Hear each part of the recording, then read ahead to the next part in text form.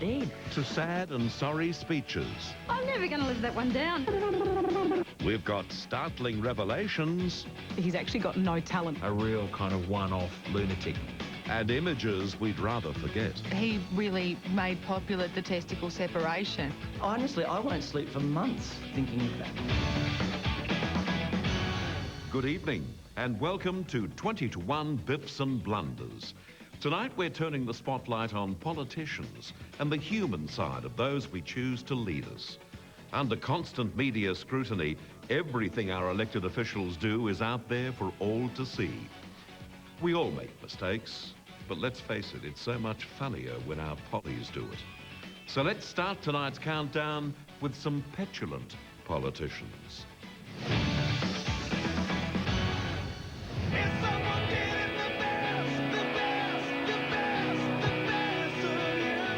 At number 20, it's politicians voting to spit the dummy with a show of hands and feet.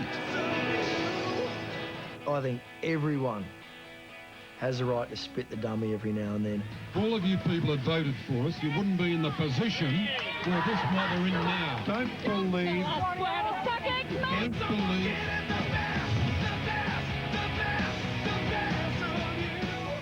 They've got a lot of pressure on them. They're meant to be running a country. That would cause a lot of anxiety, and every now and again, go off your nut. I mean, work for Mark Latham. In 2001, Mr. Latham had a fair old dummy spit with a taxi driver. A broken arm, the father of four claims, the result of a tackle by the MP. It was a beautiful copybook, cover defending tackle. I'm not too sure what happened to the fare, but the cabbie was certainly shortchanged. I'm tense and nervous and I can't relax. 5 years on, he was back in the picture. Outside this fast food restaurant, Mr. Latham turned on a Daily Telegraph photographer. Definitely think Mark snapped. They've introduced a meal in his honour, the Never Bloody Happy meal. Now, there's plenty of unhappy pollies, as seen in New South Wales Parliament when Andrew Fraser collared Joe Tripodi. I thought it was great that he was passionate enough, that he cared enough and was angry enough to lash out. John Prescott started a big Biff in Britain. I think that Deputy Prime Minister, who, when he got the egg thrown at him, turned around, looked at the bloke and belted him, I think that was sensational. But for a real polly punch-up, look no further than a typical day in Taiwanese Parliament. Wow, fine. Say what? More of it, I say. Let me have a go. Shut up, just shut up, shut up, shut up. Striding foot in mouth into number 19, it's the former American Vice President, Dan Quayle. Oh, Dan Quayle is hilarious. Funniest politician of all time.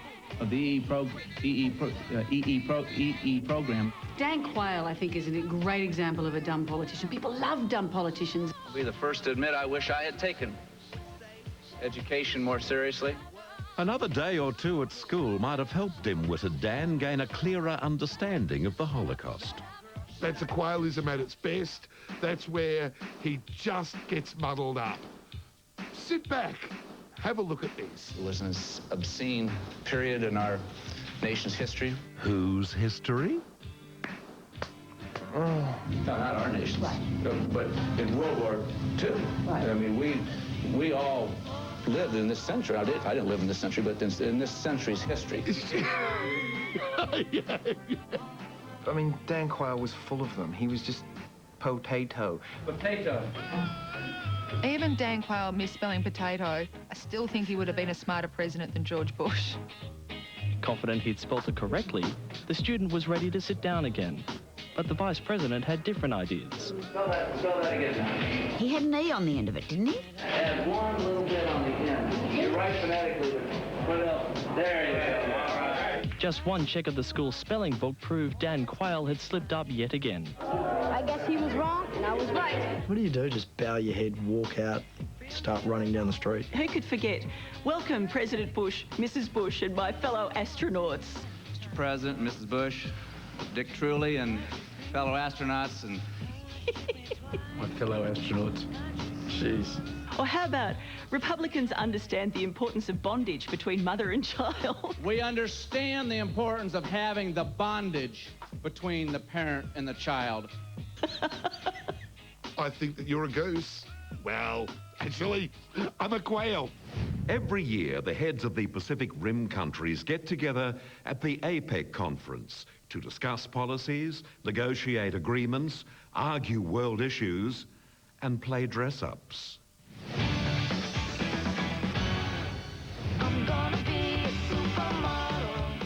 At number 18, it's the annual catwalk of colour and couture in front of the world's media.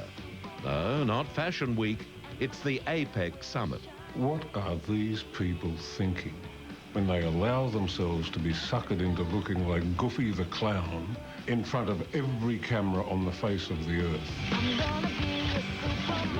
What I like about it is it's casual clothes meets Mardi Gras. And that's a beautiful way to see politicians. Tradition dictates that the host nation dress the APEC members in local fashions for a photo opportunity. And what an opportunity it is. The colourful Chinese jackets might have looked funny, but that belied the seriousness of this crucial session of the APEC summit. I think they're pathetic, some of those fashions that they come out with. They look absolutely ridiculous. If it wasn't for those ridiculous outfits, nobody'd care about these summits. Well, this year, as it turns out, the APEC conference is held in Australia, so what are they going to deck themselves out in? I want to see George Bush in a trucky singlet with pie stones down the front. Boomerang earrings, maybe? Wide shoes, long socks, short shorts, a safari top and a digger hat. I think it's great for the rest of the world to be able to see world leaders looking like dicks. It makes them look like normal human beings. Now to something that politicians prize above everything else, their own safety.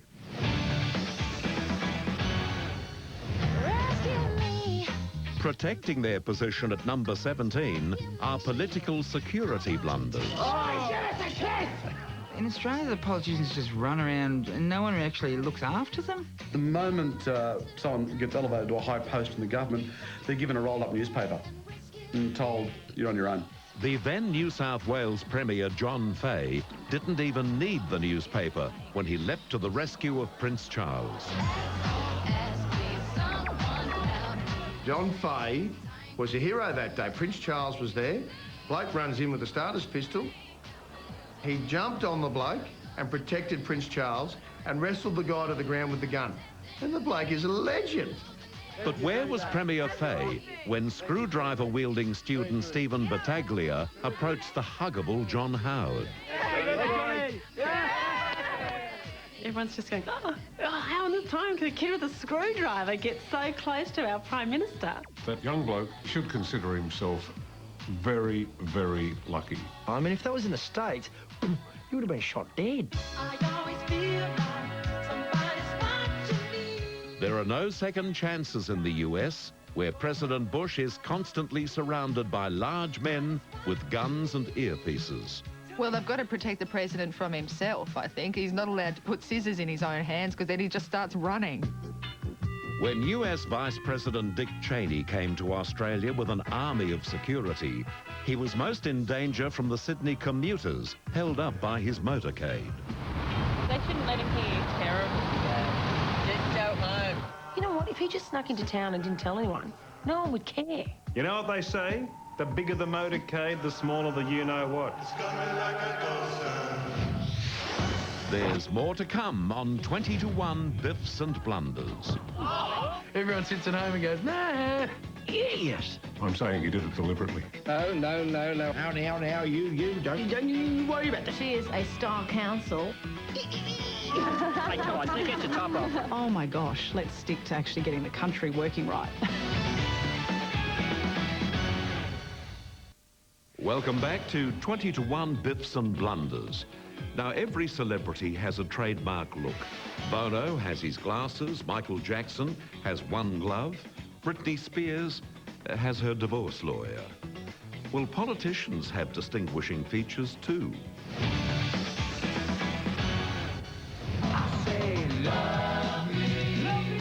Make Making its mark at number 16, it's those characteristics that stand out more than what the politicians stand for.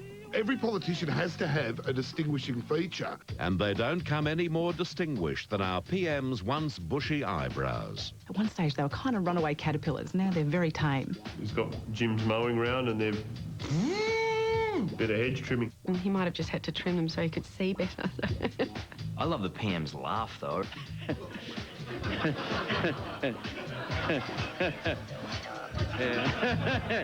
Better that laugh than this smile. And you're even smirking. Let's not forget Bronwyn Bishop, the former Minister for Aged Care. Or was that caged hair? I mean, she relaunched that hairdo. Don't muck around with Bronwyn Bishop. She is a style council. I think it's a good place to stash stuff. You know, you could put things in there, a hat pin. Yeah, there's Japanese soldiers in there, don't know the war's over. But maybe it's the woman's version of the man's comb over. And internationally, Gorbachev's birthmark had us all scratching our heads in disbelief. You just wanted to do that.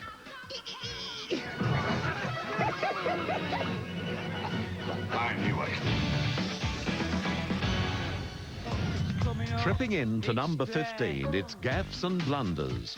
Those moments caught on camera that Polly's would rather we forget. It amazes me that people who get to the top of the political tree forget the basic lessons, and that is every camera's always on, every microphone's always live. Fortunately, for the rest of us, they do forget this, and you get some great moments. Obviously, if she goes out, she's got to succeed. See, the irony is that what they need to do is get Syria to get Hezbollah to stop doing this shit, and it's over. Well, there we go. Hey, come on, take your top off. Hey, come on, take your top off. I've been at lunch all day, one of those very long lunches. I guess you could say I'm slightly pissed. I think if anyone was going to get away with sliding on his butt down a mountain, it'd be Tim Fisher. People stopping still. No, I'm not saying that he did it deliberately. Yes, I am. I'm saying he did it deliberately. They can't make a mistake without everyone seeing it on the news that night, like Carmel Tebbutt when she was asked why Australia Day was Australia Day. Well, we celebrate Australia Day because that's the day that we became a nation. Not quite, Carmel. I think you'll find that Federation Day was the 1st of January. Sorry, you've got me too early in the morning. I don't blame her for not knowing, but as soon as she doesn't know, everyone sits at home and goes, nah. Shake it up.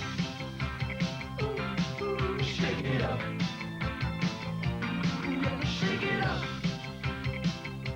Was it Ronald Reagan who was making some kind of wacky joke about Russia? The mics were open, and Mr. Reagan was not yet supposed to be on the air. I've signed legislation that will outlaw Russia forever. We begin bombing in 5 minutes. Oh my God, the whole world could have been blown up because Ronald Reagan made a little bit of a wacky joke. Most of us see politicians as being the nerdy, geeky types, uncoordinated brainiacs, not good at sport. So why then do they try?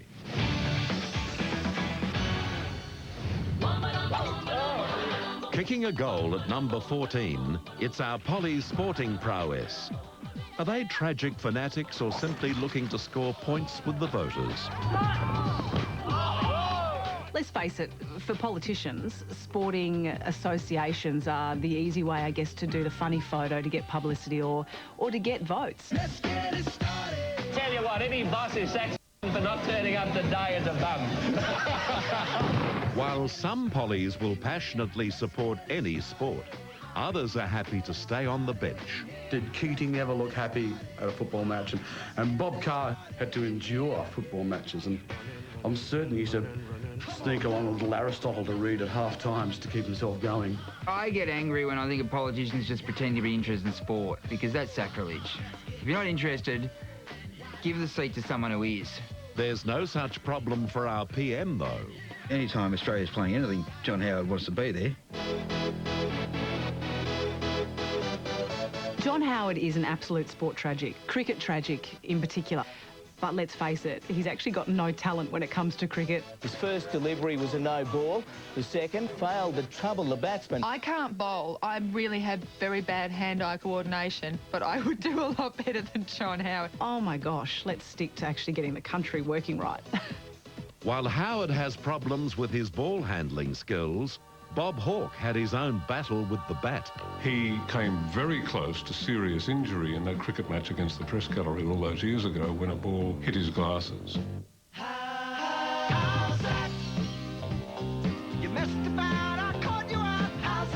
What about the journo that bowled that one? Pitched a bouncer in at him, hit him right in the melon. You betty. What we really want in a politician is someone who's clear, concise and conclusive.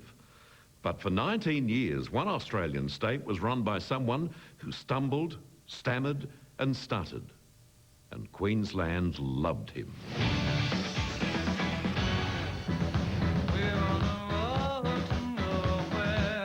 At number 13, we pay tribute to the man, the mumbler, Sir Joe Bjelke-Petersen. No. Now, you don't you worry about that. Just don't worry about that. Don't you worry about that. Don't you worry about that. Don't you talk to me about Joe Bjelke-Petersen. As Premier of Queensland for a record 19 years, Sir Joe appeared to hold the fate of the state in the hollow of his head. Or was that just a political act? First and foremost, of course, he was a New Zealander, which explains a very great deal. Secondly, he was a peanut farmer, and that explains the rest. Great mixer of metaphors.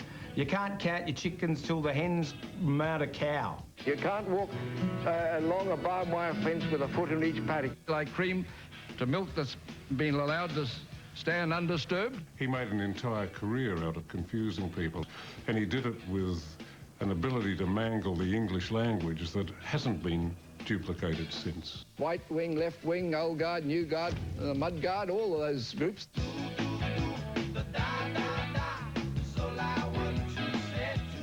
We all thought that he wasn't there half the time, mumbling, don't you worry about that, all that sort of stuff. But really, he was a very smart politician. You know very well that you've got your foot on the sticky pay. I've got no problems with Joe. You know, Queenslander, hey, Joe was number one. If these power workers come back with the guerrilla campaign that they're talking about, yes, what will you do? Make monkeys out of them. After the break on 20 to 1, Biffs and Blunders. There's a one-man entertainment extravaganza. He really made popular the testicle separation. Ew! You lot are overbred! A real kind of one-off lunatic. He's like a one-man band that could explode at any time. You get that kind of attitude problem. Come on. Him in charge of all these weapons? How does that work?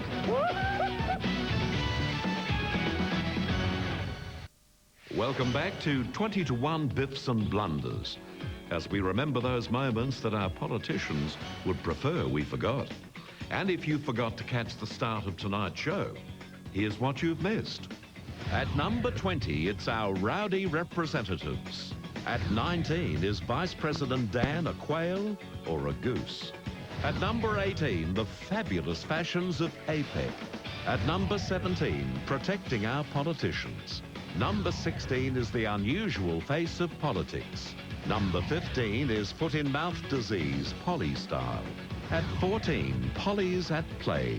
At 13, don't you worry about Joe Bjelke-Petersen. And at number 12, it's the world leader who celebrated his rise to power and never stopped celebrating.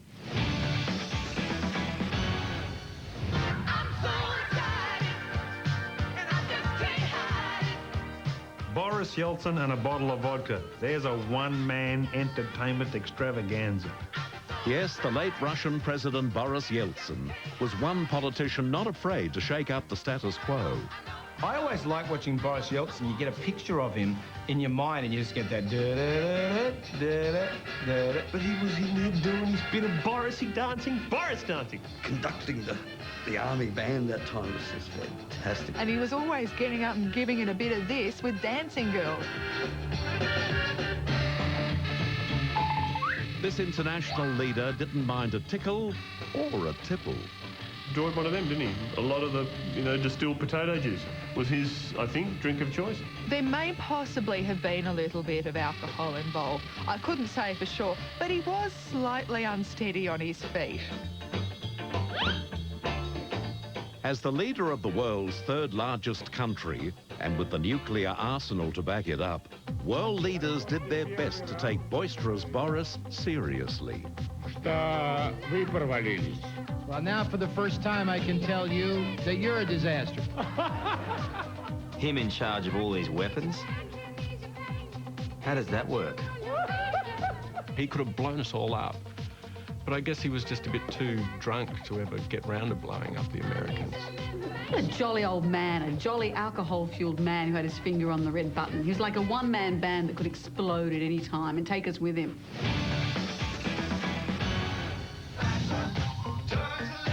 At number 11, the claws are out as we take a peek at the fashion faux pas paraded down the political catwalk. We are the Goon Squad and we're coming to town. I mean, for heaven's sake, they're politicians. They're not meant to be supermodels. Oh, you pretty things.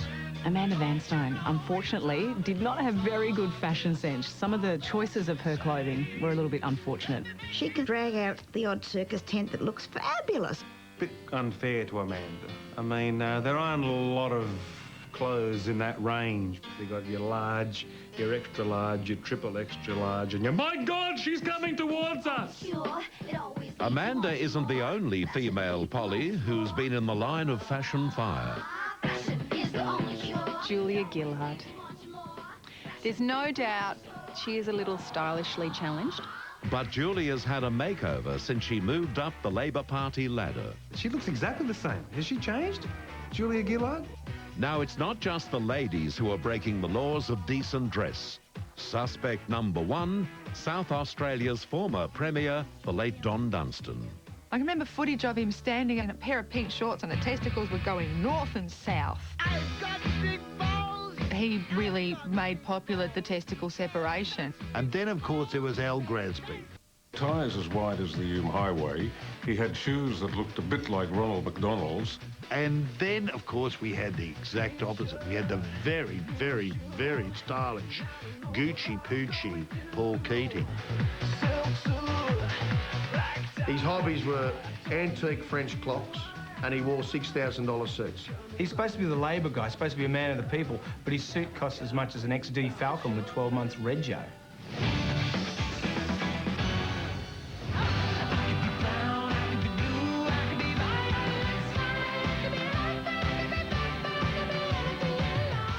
Letting us all in on the joke of politics, it's number 10, weird political parties. I think some of these people do it just because they want their 15 minutes of fame. Isn't it just wasting everybody's time? Oh.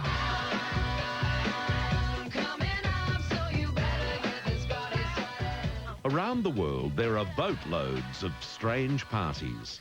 There's Canada's Rhinoceros Party. But in times like these, it helps to remember that there have always been times like these.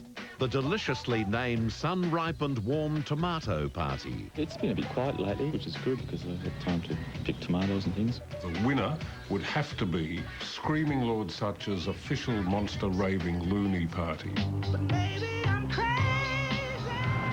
Monster Raven Looney Party will live on, and we've got 35 candidates. But what a fantastic guy, you know. 60s pop star, crazy rock and roller, worked with Jimmy Page and a real kind of one-off lunatic. You lot are overpressed. We want a single currency for Europe, and that is the loony £1 million note. There was a weird political party in Australia about 10 years ago. One nation, one notion, one... There was a woman with red hair. Look what you've done, you've made. I believe we are in danger of being swamped by Asians. I've always tried to maintain my dignity in any situation. I ran for the seat at Kooyong in 1990. Naturally, we'll be making more of these little things if I become a minister of Kooyong, let me tell you. Oh, I did have a policy about Vegemite jars, that the lids should be loosened before you buy them, because sometimes, you know, it's just hell. Some people have said that standing in the way you are is really making a mockery of federal politics. That's it. Thanks very much. Can we turn that off, please? Can you get that attitude problem? Come on, please. Weird political party. That would include all of them, wouldn't it? There's plenty more ahead on 20 to 1, Biffs and Blunders. You little tax-dodging son. Sit down, you. They're either just raving off their heads or they're asleep. I'm not even quite sure some of them are aware that they're elected representatives. I wonder if he wakes up at 3 o'clock with his palms swinging. Why did I do that? Big mistake.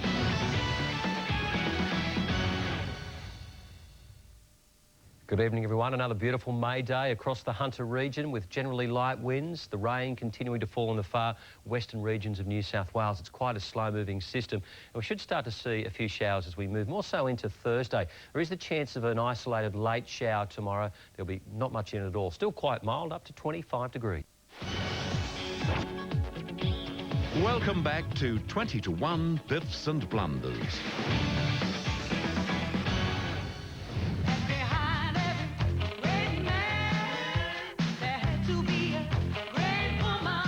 At number 9, it's those women who have kept their promise to stand by their man in good times and in bad. Remember when Tony Blair, the night after he was elected Prime Minister for the first time, they rang the doorbell of Downing Street. She opened up her door to number 10 in her jammies, and they weren't good. Of course you'd answer your own door. Hello. Oh, it's not the milkman. I'm bringing sexy back. Yeah. First Lady fashions can really split public opinion, as Sonia Mc... And the Americans, being the prudes, were all shocked. I think most Australians were absolutely delighted. Made all of Australia look sexy, didn't it? So, does the current PM's wife have the same impact in public or at home? I think Jeanette Howard's pulling the strings. She's just got that written all over her, I reckon. She looks like she steps... I don't want her to wear low-rider jeans. I seriously do not want Jeanette Howard to wear low-rider jeans. First ladies might feel free to speak their mind, but what chance did poor old first fella, Dennis Thatcher, ever really have? Oh, Margaret Thatcher wore the pants for the entire world there for a long time. So if I'd have been Dennis Thatcher, I'd have been terrified. Are you celebrating Mr. Thatcher today? I'm not sure about that. Yes, you are. Dennis Thatcher always referred to his wife as the boss. Now, I think any smart husband always does that anyway. So then, Bill Clinton's a very clever guy, because there was never any doubt as to who was the head of their household. Hillary may well end up being the president as well. So you've got 2 presidents living in the one house. Wait! I forgot your lunch!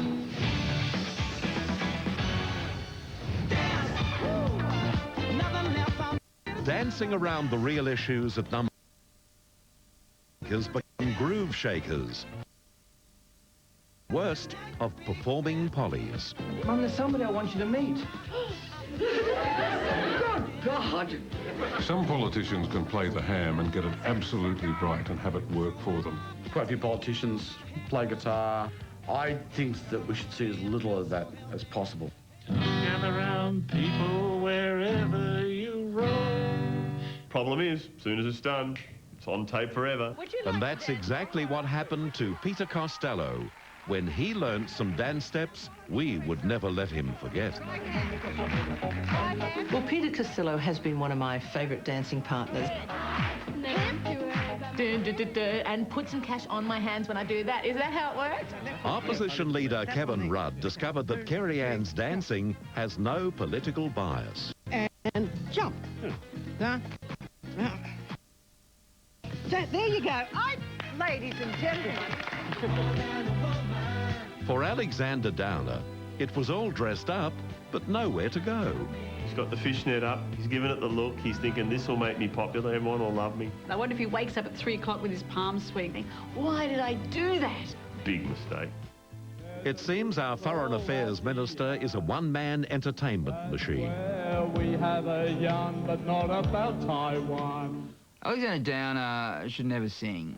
Ooh, I wanna take you to the Philippines, Cambodia. Come on, pretty mama. Even karaoke. I mean, that's meant to be uncool, but he still shouldn't do it. There's no karaoke for former Victorian Premier Joan Kerner. She loves rock and roll. I love rock and roll. Come and take your time and dance with me. Oh! I couldn't believe my eyes.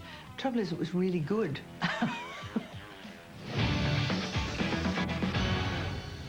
Hasta la vista, baby. If the Treasurer imposed a tax on brains, you'd get a massive refund.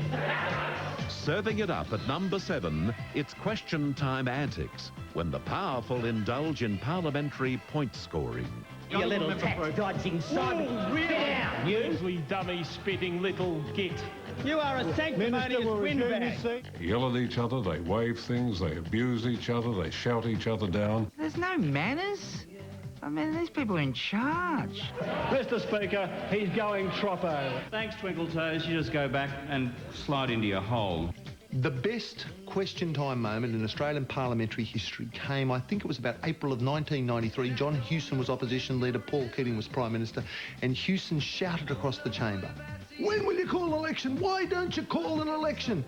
And Paul Keating, in his Xenia suit, impeccably turned out, said, "Because, mate." I want to do you slowly. I want to do you slowly. Latham, I know, tried to be a bit colourful with the language, and I kind of appreciated that. The cream puff. There they are, a conga line of suckholes on the Conservative side of Australian politics. Mark Latham had a lot to say about a lot of people, and gee, didn't it come back to bite him? They're either just raving off their heads or they're asleep.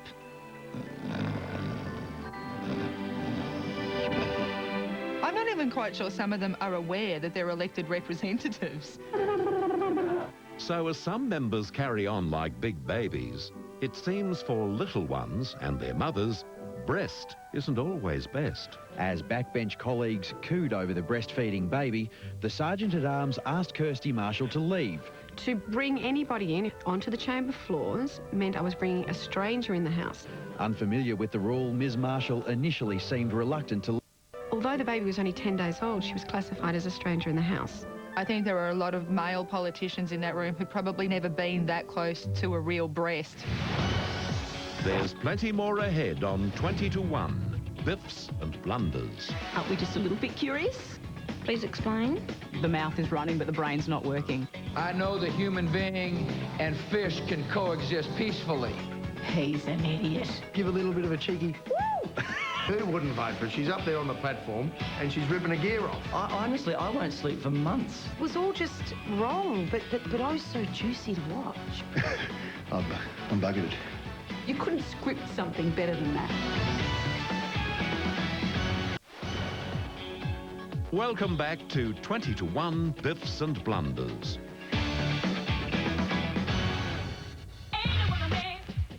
They say imitation is the sincerest form of flattery.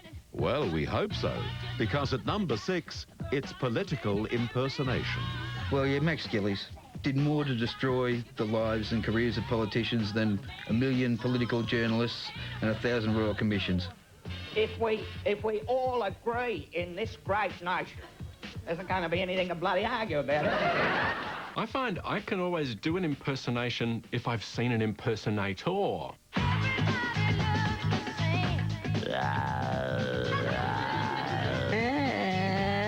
G'day, mate. G'day. On behalf of Blanche, Bob and Blanche, just let me say this. Stick with it, stick with it, stick with it. Whoever's going to win, whoever's going to win. I reckon they go, oh, God, am I like that? Do I do that? And I reckon they'd hurt a bit too. Someone whose feelings did get hurt was Pauline Hanson when she was parodied by her alter ego, Pauline Pantsdown. I don't like it. No, I don't. The media took all the attention. This was a big hype, you know, hit the news that night. There's a Muppet in the wings and it's saying racist things. I won't cop that. No way. I was furious about it. You should be a greenhouse effect.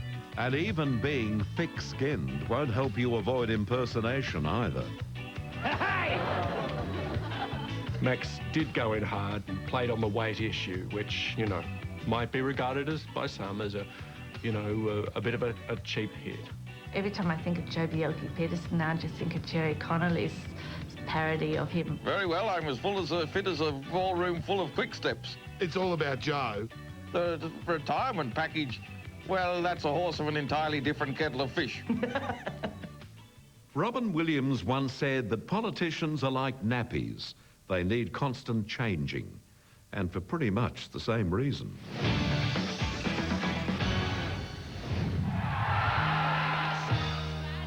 At number 5, it's the cheers and tears of election night winners and losers. And no one does it like the Americans. Everything's got to be bigger, better, bolder, brassier. All these celebrities come on board and you have concerts and T-shirts. And the balloons, so many balloons. It's like Mardi Gras. But down under, election night events are a little more downscale, with the spotlight on the speeches. The one that I will always remember was the GST election of '93. This is the sweetest victory of all. It was the election that couldn't be lost by the Liberals and couldn't be won by Paul Keating, and yet somehow he did.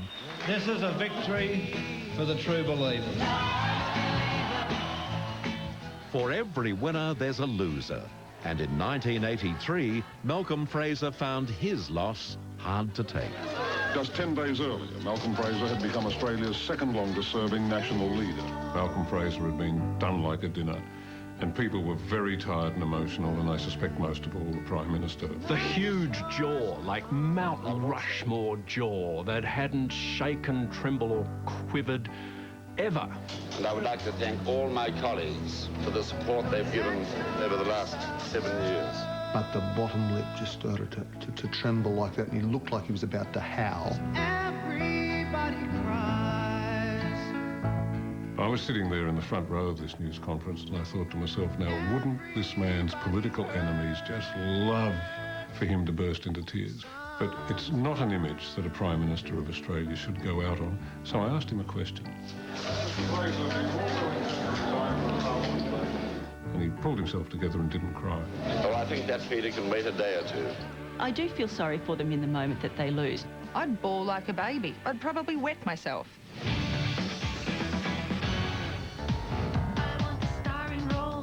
Instantly recognisable at number 4, it's the elected leaders famous before they were pollies. Go ahead.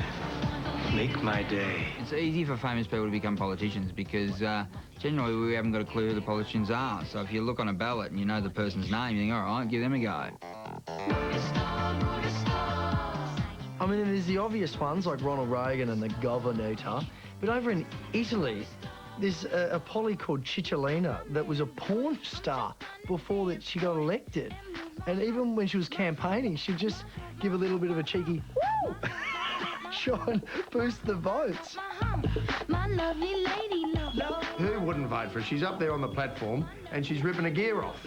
I mean, that's not a bad platform to be standing on, is it? Interestingly enough, not too many Australian famous people have drifted into politics. I don't know why. Maybe because not everyone makes a smooth transition.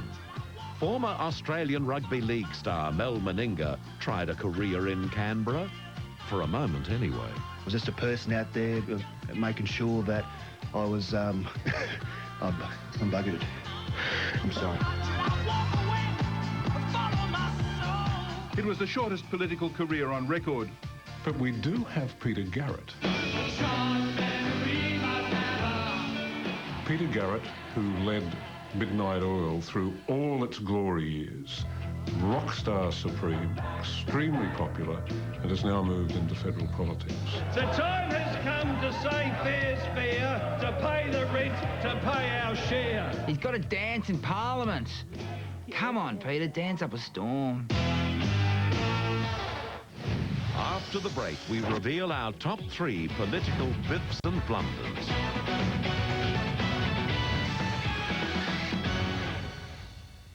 Welcome back to 20-1 Biffs and Blunders as we reach our top 3. And polling in 3rd place, it's the goings-on behind closed doors that the politicians would rather we didn't know about. Falling head over heels into number 3, it's those hot sex scandals that landed politicians in hotter water. politicians having sex, I guess, was, as a kid, it was like thinking about your parents having sex. Well, as long as they're not having a crack at it in Parliament, I don't think it really matters, does it? Sex bomb, yeah, you're a sex bomb. I never, ever, ever, ever wanted the image of Cheryl Kernow and Gareth Evans having a lovely little time together in my head. Ew! Seriously? Ew. Sex on a stick. I mean, it's never going to be on the cover of a Who Weekly, is it? One scandal that was front-page news around the world was the Clinton-Lewinsky affair. It was all just wrong, but oh so juicy to watch. I mean, if that's the best the most powerful man in the world could get, I'm giving up tomorrow. Private affairs are, well, private. But does the public have a right to know? I don't know if we have a right to know, but aren't we just a little bit curious? I won't comment on anyone's private life. It's nothing to do with anyone else but the people themselves. Pauline has since made comment on a sex scandal, her own alleged affair with David Oldfield. When I wake up, it's my makeup. David Oldfield has denied ever having sex with her. The ex-One Nation leader has claimed that she had a sexual relationship with Oldfield lasting a couple of weeks. When I first read that, my first thought was, well, duh, and my second thought was, Honestly, I won't sleep for months thinking of that. Quite a few years ago, there was a sex scandal about a politician, a prominent Liberal politician having a love child, and everyone thought I was Amanda Vanstones.